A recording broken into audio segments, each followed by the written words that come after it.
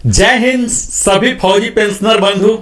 मुझे उम्मीद है OROP 3 का धमाका आप तक अब तक पहुंच चुका होगा। हाँ मित्रों, आज इसी विषय पर मैं विस्तार में बात करने वाला हूं। मुझे उम्मीद है मेरा वीडियो अक्सर लंबा हो जाया करता है, कई लोगों को शिकायत होता है कि थोड़ा छोटा बनाए। मैं प्रयास करूंगा यथासंभव, पर विषय ऐसा है मैं यहाँ कवर करूंगा OROP 3 के बारे में। हमारा यह एक श्रृंखला है, आपने देखा ही होगा OROP 3 का धमाका। यहाँ धमाका कहने का मतलब यह है कि आपके लिए कुछ न कुछ लाया है, या तो खुशखबरी लाया है या सैडनेस लाया है। तो धमाका के साथ दोनों चीज होते हैं। धमाका का मतलब हमेशा खुशी ही नहीं होता, दुख भरा भी है, गम भरा भी है। हम इस OROP 3 के श्रृंखला में काफी कुछ बात कर चुके हैं। आज के इस वीडियो में प्रमुखतः मैं कवर करूंगा सूबेदार रैंक, जिसके वारंट ऑफिसर और चीफ पेटी ऑफिसर नेवी में होते हैं इक्विवेलेंट। इसके लिए विशेषतः लोगों के आग्रह पर बनाया। कई लोगों का ऐसा नैरेटिव है कि बेड़ा गर्क हो गया है सूबेदार साहब का। पिछले OROP 2 में भी उन्हें नजरअंदाज किया गया, 3 में भी किया गया। तो ऐसा क्यों हुआ और क्या वस्तु स्थिति है, इन सब से इसमें क्या विसंगतियां हैं और आपके लिए आगे क्या रिमेडियल रिकोर्सेस हैं, ये सब तमाम बात पर हम आज चर्चा करने जा रहे हैं। तो आज का चर्चा मैं प्रारंभ करता हूं अपने पीछे का वीडियो जो मैं ऑलरेडी बुनियादी तौर पर बना चुका हूं। थोड़ा सा रिकैप कर दूं ताकि यह वीडियो जो पहली बार ही देखने आए हैं उन्हें थोड़ा सा OROP 3 का कंसेप्ट भी पता चल जाए।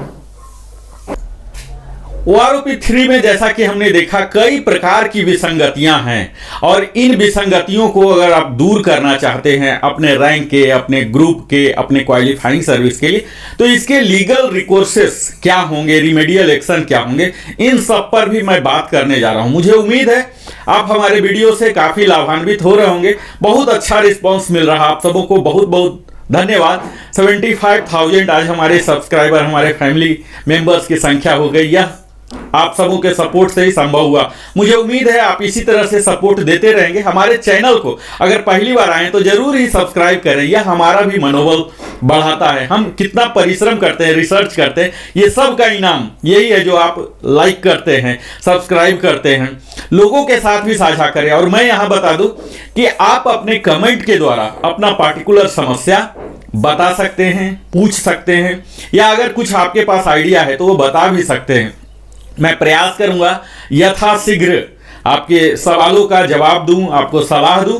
हाँ, इतना जरूर ध्यान दीजिएगा कि जब भी हम कमेंट करते हैं तो YouTube का अपना गाइडलाइन होते हैं, मर्यादित भाषा रखें, क्योंकि हम सब भारत के एक इलीट ग्रुप से होते हैं, फौजी बंधुओं से हमारे पूरे देश को एक उम्मीद होती है। तो हमारी भी, हम सबों की भी भाषा में एक मर्यादा होनी चाहिए। हमारा व्यक्तिगत विचार किस पार्टी लाइन से जाता है, नहीं जाता है, इसका यहाँ रत्ती भर भी संबंध नहीं है।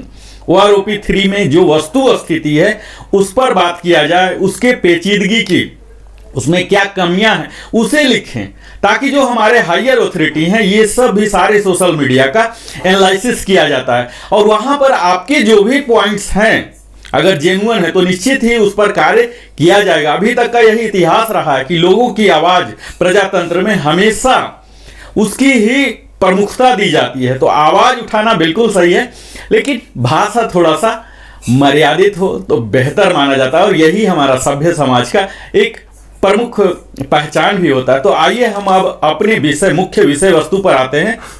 आज फिर से मैं बता दूं कि आपने अगर चैनल को सब्सक्राइब नहीं किया तो सब्सक्राइब कर लीजिए। और यह मुख्यतः मैं वीडियो समर्पित करने जा रहा हूं सूबेदार साहब, वारंट ऑफिसर साहब और चीफ पेटी ऑफिसर, उनके टेबल में क्या है, किस तरह से है, यह सब मैं दिखाने जा रहा हूं।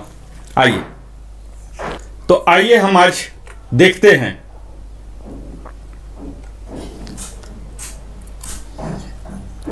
यहां हमने OROP धमाका के तहत अभी तक जो कवर किया हूं, यह एक रिकैप बता दूं। OROP 3 का जो अभी रिसेंटली मुद्दा है, तो OROP के बारे में ही हमने ब्रीफ हिस्ट्री, संक्षिप्त में इतिहास बताने का प्रयास किया, क्या क्या माइलस्टोन है यह बताया, उसके क्या मुख्य बिंदु हैं और क्या क्या लाभ हैं यह सब बताया। ओआरओपी जैसा कि आप सब जान रहे होंगे, जस्ट मैं क्विक रिकैप कर ले रहा हूं, यह जो डिफेंस पेंशनर के लिए ही है, यहाँ डिफेंस सिविलियन जो होते हैं उनके लिए कवर नहीं होता है, पेंशनर के लिए और फैमिली पेंशनर के लिए। यह जो 3 लागू होगा 1 जुलाई 2024 यानी कि 30 जून 2024 तक जो रिटायर हुए हैं ये सब इससे कवर होंगे। अब अगर ओआरओपी 1 के बारे में अगर थोड़ा बहुत जानते हैं, नहीं जानते हैं, तो ये सर्कुलर नंबर 555 से रेगुलेट हुआ था, जो कि इशू हुआ था 4 फरवरी 2016 को, जिसके एप्लीकेबिलिटी था 1 जुलाई 2014।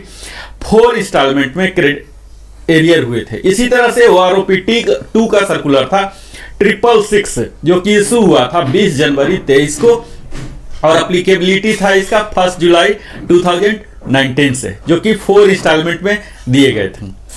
अब ओआरओपी 3 जिसके बारे में मैं बात करने जा रहा हूं, क्विक रिकैप मैं कर लेता हूं, जिसे कैबिनेट का अप्रूवल मिल गया, गवर्नमेंट ऑफ इंडिया के द्वारा, एमओडी के द्वारा नोटिफिकेशन कर दिया गया 10 जुलाई 24 को, कंकरेंस भी मिल गया फाइनेंस डिवीजन एमओडी से, ताकि इस पर क्या बर्डन आया है फाइनेंशियल, ये सब के लिए पॉलिसी लेटर डीएसडब्ल्यू जो टेबल के सहित जारी करते हैं, ये भी जारी हो चुका 4 सितंबर को। ओआरओपी 3 का सर्कुलर संभवतः 777 नाम का आएगा, जो कि शीघ्र ही जारी होने वाला है, और एरियर भी शीघ्र ही मिलेगा। हम सबको पता है कि कुछ क्षेत्र हैं, कुछ राज्य हैं जहां की अभी विधानसभा का चुनाव है, जैसे हरियाणा हो गया, जे&के हो गया, जहां से कि काफी मात्रा में हमारे फौजी बंधु आते हैं। तो इस चीज को भी मद्देनजर रखते हुए हमारी सरकार प्रयास करेगी कि पेंशनर को, वोटर्स को नाराज न करें। तो इस चीज का लाभ हम लोग को मिलने की संभावनाएं हैं, और उसके तहत शीघ्रतम किया जाएगा, और हम लोग के लिए दिवाली बम्पर के रूप में भी यह हो सकता है, जो कुछ भी थोड़ा बहुत लाया है। इसकी मुख्य बातें पर अगर बात करें तो ओआरओपी 5 साल पर होता है, जिसे फ्लॉलेस क्विकेन बनाने के लिए 121 टेबल का सहारा लिया गया है, और 265 पेजेज में डिटेल में बात किया गया है।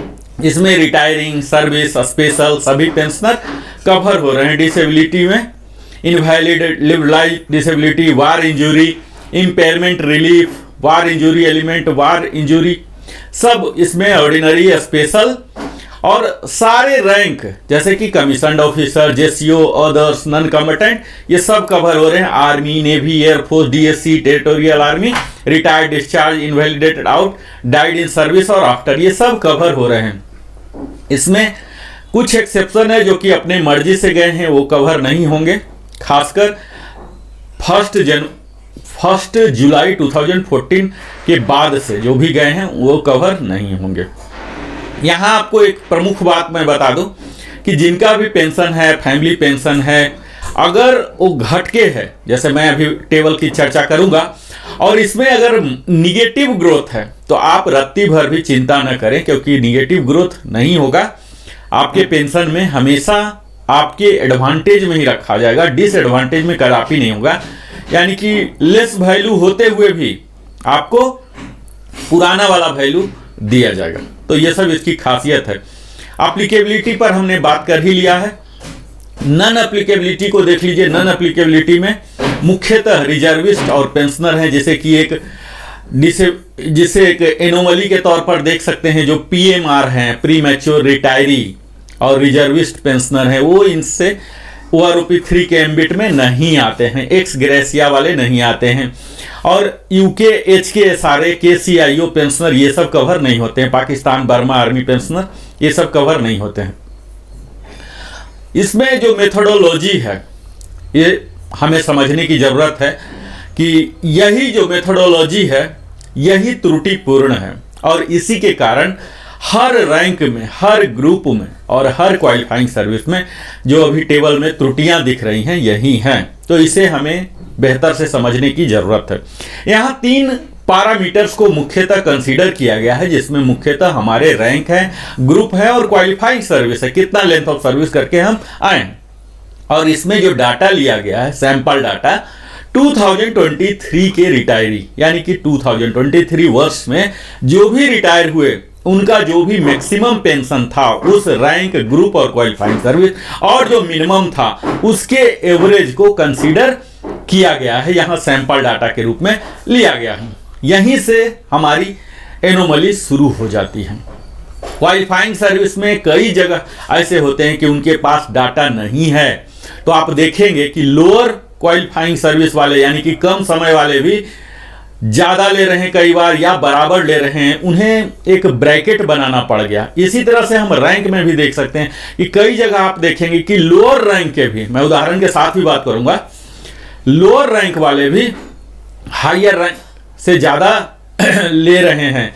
इसी तरह से कहीं कहीं देखा गया कि 10 साल हो गए, जैसे सूबेदार केस जो हमारे आज सब्जेक्ट का मुख्य टॉपिक है, तो पिछले 10 साल से रिवीजन ही नहीं हुआ। वो आरोपी 2 में भी कुछ भी नहीं मिला, 3 में भी कुछ भी मिलने की आसार नहीं है, तो ऐसा भी केस है। तो ये सब एनोमली है, एनोमली की बात में हम करेंगे।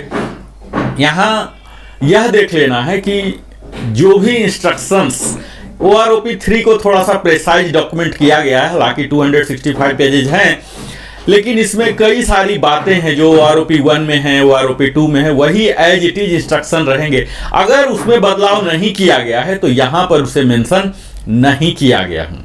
अब मैं सीधा आता हूं उन सारे टेबल पर, उन टेबल को एनालिसिस करूंगा, क्योंकि मैं अभी तक जस्ट एक क्विक रिकैप कर देता हूं। सिपाही और इक्विवेलेंट का टेबल हमने कवर कर लिया, जिसमें मुख्यतः एक लाइन में बोलता चलूं कि 10 इयर्स तक जो भी सिपाही रिटायर हुए हैं, खासकर 10 इयर्स में तभी रिटायर होने की नौबत आती है जब इनवैलिडेटेड आउट हो गए हैं, मेडिकल बोर्ड आउट हो गए, तभी ये सब की जरूरत होती है। तो यहां कोई खास इजाफा नहीं है, मैक्सिमम निगेटिव वैल्यू है। यानी कि आप यह कह सकते हैं कि जो भी इनवैलिडेट आउट हैं, स्पेशल पेंशन वाले हैं, ये सबको लिबरलाइज पेंशन वाले इसी कैटेगरी में सब आ जाते हैं, तो यहां पर उनको निगेटिव ग्रोथ ही है। हालांकि वाई ग्रुप में थोड़ा सा मिल रहा है, एक्स में ज्यादा ही है। अगला जब हम आगे जाते हैं तब थोड़ा सा ग्रोथ है। ग्रोथ यहां मुख्यतः आपको 4 डिजिट में दिखना शुरू होगा 14.5 ईयर्स के बाद सिपाही के लिए। तो ये सब हम विस्तार में जिक्र कर लिए हैं। 20.5 ईयर्स के बाद अंधाधुन है, 2890 है, जिसमें बहुत ही कम होंगे कि इसी रैंक में कोई रिटायर होता है। अगला हमने कवर किया था ऑनरी नायक। ऑनरी नायक में भी सेम वही ट्रेंड्स हैं। 10 साल तक बहुत ही ज्यादा नहीं दिख रहा, कई को निगेटिव भी दिख रहा है। जब हम आगे बढ़ते हैं यहां भी सेम 14.5 ईयर से, जहां से कि एक्चुअल रिटायर होने लग जाते हैं। पेंशनेबल जॉब ही इस तरह से है कि नेवी में 15 साल, आर्मी में 17 साल और एयरफोर्स में 20 ईयर्स के बाद ही रिटायर होते हैं। तो यहाँ 14.5 के बाद दिखने लगा है 4 डिजिट में 1675 का डिफरेंस आने लगा है। अगला ऑनरी नायक है।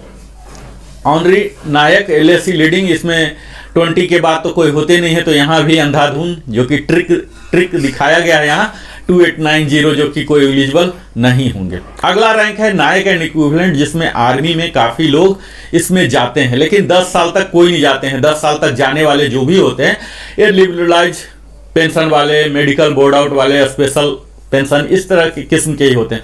तो इन सब को अगर कोई रहे हैं 1%, आधा % ही जो भी, तो यहाँ उनका निगेटिव ग्रोथ है। वाई ग्रुप में थोड़ा सा नेग्लिजिबल अमाउंट डबल डिजिट में दिया गया है, तो ये भी एक part of some sort of anomaly मान सकते हैं। यहाँ भी उसी तरह से देख सकते हैं कि 17 साल तक अगर आर्मी से कोई 17 साल एग्जैक्टली गए हैं, स्पेशली इस एक्स ग्रुप से, एक्स ग्रुप के हालांकि बहुत कम ही होते हैं, तो अगर कोई गए हैं 17 साल तक तो इन्हें निगेटिव ग्रोथ मिला है, यानी कि कोई भी लाभ OROP 3 से नहीं होने वाला। हालांकि वाई ग्रुप में कुछ दिया गया है, लाभ शुरू होता 17.5 से एक्स ग्रुप में, और वाई ग्रुप में शुरू हो जाता है 16.5, यानी कि आर्मी के जो अधिकतर वाई ग्रुप में होते हैं, जैसा मैं समझ पा रहा हूं, तो यहां से इनको थोड़ी सी बढ़ोतरी हुई है 1381। तो ये तो है नायक का। इसी तरह से 20.5 जो कि बहुत कम ही होते होंगे, सारे हवलदार बन ही जाएंगे। 2075 यहाँ अच्छा खासा ग्रोथ दिख रहा, और 22 ईयर्स के बाद तो 4025 रुपीज का है, जो कि एक जस्ट झांसा आप कह सकते हैं, झांसा के रूप में यहाँ दिखाया गया। वाई ग्रुप में भी एक अच्छा खासा ग्रोथ है। अब मैं ऑनरी हवलदार की बात करूंगा, जहां की 10 साल तक निगेटिव ग्रोथ ही है एक्स ग्रुप में, और वाई में हल्का सा है। यहां भी सेम इसी तरह से 17.5 के बाद 360 का ग्रोथ है, और उसके बाद थोड़ा सा ग्रोथ दिख रहा है। फिर ग्रोथ एक्चुअल 20.5 से 2075, और सेम वही ट्रिक इन्होंने लगाया है 22 साल के बाद 4025 आ रहा है। वाई ग्रुप में भी अच्छा खासा है, 1937 का ग्रोथ है। हमने पिछले वीडियो में हवलदार इक्विवेलेंट को पूरे ही विस्तार में लिया है, तो इसलिए मैं यहाँ काफ़ी स्किप करना चाहूँगा, क्योंकि मुख्य टॉपिक मैं सूबेदार पर पहुँचना चाहता हूँ। 10 साल तक यहाँ निगेटिव ग्रोथ है एक्स ग्रुप में, वाई ग्रुप में थोड़ा सा है 3 डिजिट में। फिर से हवलदार की बात करें, हवलदार सार्जेंट पेटी ऑफिसर, तो ये सब में अगेन 17 साल तक निगेटिव ग्रोथ ही है एक्स ग्रुप में। अगर किसी कारण से वो गए हैं तो उन्हें यहाँ कोई लाभ नहीं मिल रहा। 17.5 से जाके लाभ होना शुरू हुआ है, और वाई ग्रुप में थोड़ा सा इन्हें मिला है, 3 डिजिट 4 डिजिट में भी मिला है, स्पेशली 13.5 2794 तक का बेनिफिट मिला है। तो वाई ग्रुप के लिए थोड़ा सा यहाँ मिला है। 20 ईयर्स के जो हैं हवलदार, इन्हें 2525, जो कि यूजुअली एक्स ग्रुप वाले 20 पर जाते हैं, तो यहाँ 2525 का एक बड़ा ही अच्छा राशि मिला है। इसी तरह से वाई ग्रुप को भी एक अच्छा राशि 2756 मिला है, जो कि अभी तक के 20 में मैक्सिमम जाते हैं एयरफोर्स के, नेवी के भी, उन्हें अच्छा खासा, खासकर एयरफोर्स के लिए यह टेबल बड़ा ही अच्छा माना जा सकता है। उसके बाद 20.5 में 1650 हो रहा, 21 में 2000, और 22 ईयर्स 1675, और 23 में भी 1675 ही करके पूरे 28 साल तक किया गया। इसी तरह से वाई ग्रुप में थोड़ा ज़्यादा ग्रोथ दिया गया है, यहाँ ग्रोथ देके 3325 तक है। ये सब टेबल अगर आपके लिए एप्लीकेबल है तो आप स्नैपशॉट ले सकते हैं तत्काल। यहाँ ऑनरी नायब सूबेदार इक्विवेलेंट का है। इसी प्रकार मैं अभी यहाँ एनालिसिस नहीं करने जा रहा हूँ। आर्टिफिसर जो नेवी के होते हैं इनका है। नायब सूबेदार का हमने डिटेल में टेबल बनाया, सेम बाकी सब टेबल की भांति यहाँ भी सेम एरर है।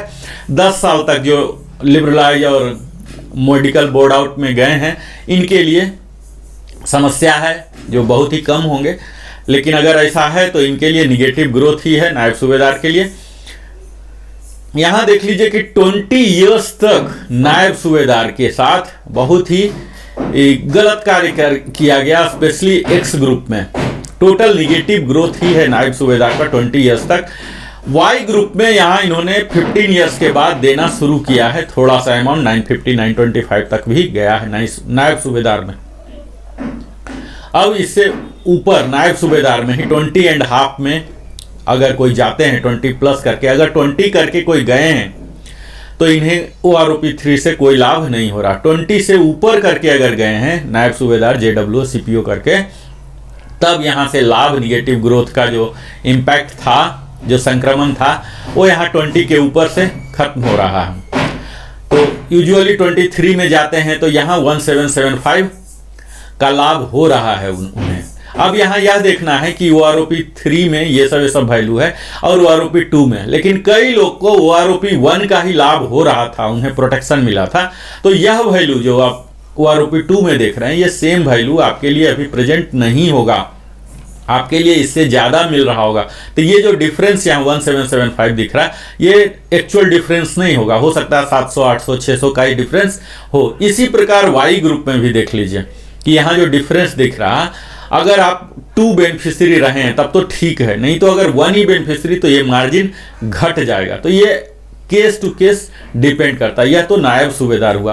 अब मैं इस वीडियो का प्रमुख हिस्सा, जिसके लिए मैंने ये गढ़ा है वीडियो, यहाँ तक आ रहा हूँ। बेशक यहाँ तक आने में हमें कुछ भूमिका का सहारा लेना पड़ा और सब लोग को एक साथ करें ताकि OROP 3 सबके लिए कुछ ना कुछ हो। मुख्यतः यह वीडियो में सूबेदार एंड इक्विवेलेंट जो वारंट ऑफिसर हैं, चीफ ऑफिसर्स हैं नेवी के, चीफ मेक 1 और 2 हैं, इन सब के लिए मैंने गढ़ा है। जैसा कि अभी नैरेटिव सोशल मीडिया में आप देख ही पा रहे होंगे चल रहा है कि बिल्कुल बेड़ा गर्क कर दिया गया सूबेदार का। तो क्या हुआ वस्तु स्थिति यहाँ आप देख लीजिए। अगर क्वालिफाइंग सर्विस 6 मंथ्स है तो यहाँ देखिए टोटल निगेटिव है एक्स ग्रुप का खासकर। तो जो निगेटिव है, निगेटिव का मैं विश्लेषण नहीं कर रहा हूं, ठीक है, क्योंकि यहाँ जो भी निगेटिव है तो आपको प्रीवियस जो वैल्यू है OROP 2 से या OROP 1 से जो भी आपके एडवांटेज में होगा वही मिलेगा। वाई ग्रुप में यहाँ कुछ लाभ दिख रहे हैं 3 डिजिट में 500 एवरेज वैल्यू पर। तो आर्मी के कई लोग हैं जो सूबेदार रैंक में एक वाई ग्रुप के होते हैं, रिटायर होते हैं।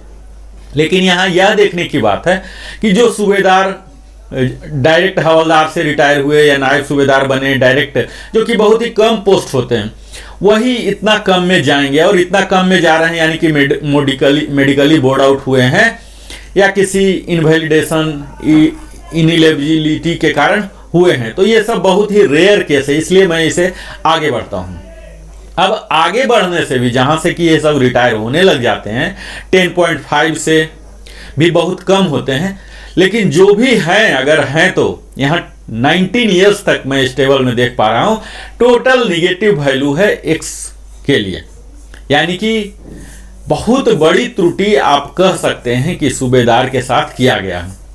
अब यह यहाँ बात सोचने की है कि सूबेदार रैंक 2023 में रिटायर हुए नहीं हुए, ये बात इमेटेरियल है। उस 2023 के दौरान सेवा में इन सर्विस तो सूबेदार रहे ही होंगे, उस क्वालिफाइंग सर्विस वाले, उस रैंक के, उस ग्रुप के, तो सैंपल वहां से लिया जा सकता है। ऐसा तो है नहीं कि सर्विस में ही कोई नहीं है।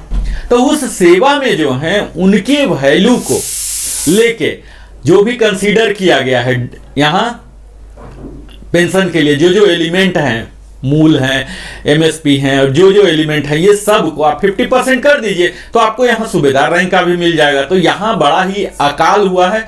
और इन्होंने हर टेबल में OROP 2 में भी इसी तरह से OROP 2 में, OROP 3 में सूबेदार के साथ इस तरह से कुछ अनुचित, आप समझिए अनुचित क्रिया किए हैं।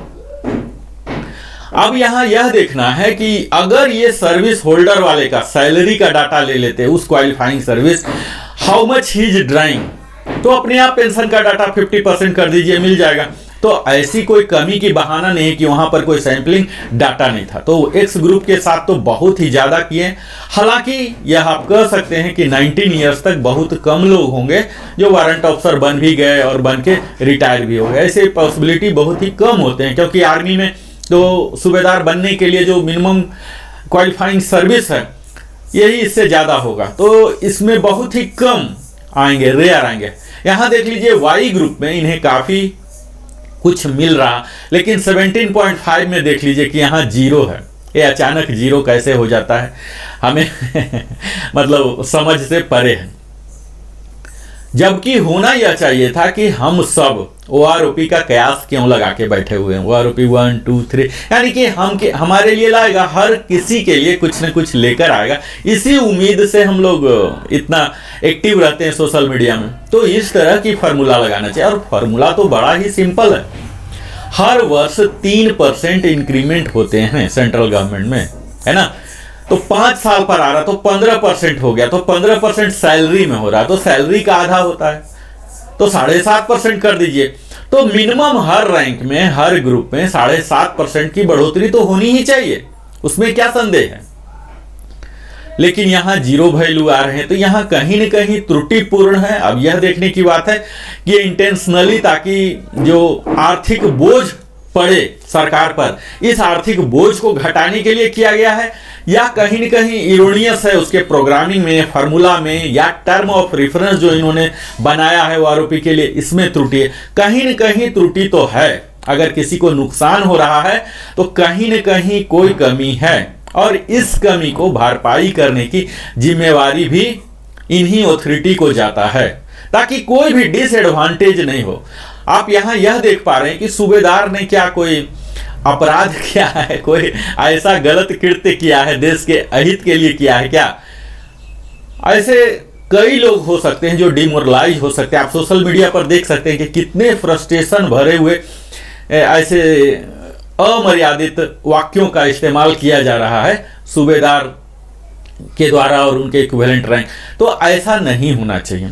अभी भी सरकार के पास समय है, इन टेबल को पुनर्अध्ययन किया जाए, पुनरीक्षण किया जाए, रिव्यू किया जाए और देखा जाए। उसके थीम को यही रखा जाए कि हर ग्रुप को, हर रैंक को, हर क्वालिफाइंग सर्विस को कुछ न कुछ मिले, कुछ न कुछ, यानी कि 7.5% तो इंक्रीज अवश्य ही हो। तो यहां देख सकते हैं आप 19 ईयर्स में क्या मिला। अब यहां जाके पॉजिटिव ग्रोथ 20.5 से शुरू हुआ है। 20.5 में यहाँ कुछ मिस्टेक है, यहाँ देख लीजिए हमारे प्रोग्रामिंग में कुछ मिस्टेक है। यहाँ हम सही डाटा OROP3 का नहीं दे पा रहे हैं। ये तीनों डाटा इरोनियस है, एक्स ग्रुप में आ गया है, इसके लिए हमें माफ कीजिएगा। 23 ईयर्स में यहाँ 32,000 है, तो यहाँ 1050 की बढ़ोतरी है। यहाँ 23.5 के लिए 250 है। यहाँ फिर से 1700 का निगेटिव ग्रोथ है। तो यहाँ पूरे में आप देख पा रहे होंगे कि ऑलमोस्ट निगेटिव ग्रोथ है। हालांकि वाई ग्रुप में थोड़ी सी बढ़ोतरी है 750 रुपीज की, 475 रुपीज की, है ना, 500 रुपये की 30 साल में जाके अगर करते हैं कोई सूबेदार तो ये आप कह सकते हैं कि यहाँ इनके लिए संतोषप्रद या तो कुछ भी नहीं मिला। यूजुअली सूबेदार जो रिटायर हुए हैं 24 या उससे ज़्यादा होंगे तो 250 रुपया या 750 रुपया मिल रहा, तो जिसे आप नेग्लिजिबल कह सकते हैं। आप सूबेदार हैं तो आप इस स्क्रीन का स्नैपशॉट ले सकते हैं ताकि आप कंपेयर कर सकते हैं कि किस क्वालिफाइंग सर्विस के लिए आपको है। और यहाँ जो राउंडिंग है आपको मालूम ही होगा राउंडिंग ऑफ किस तरह से करते हैं।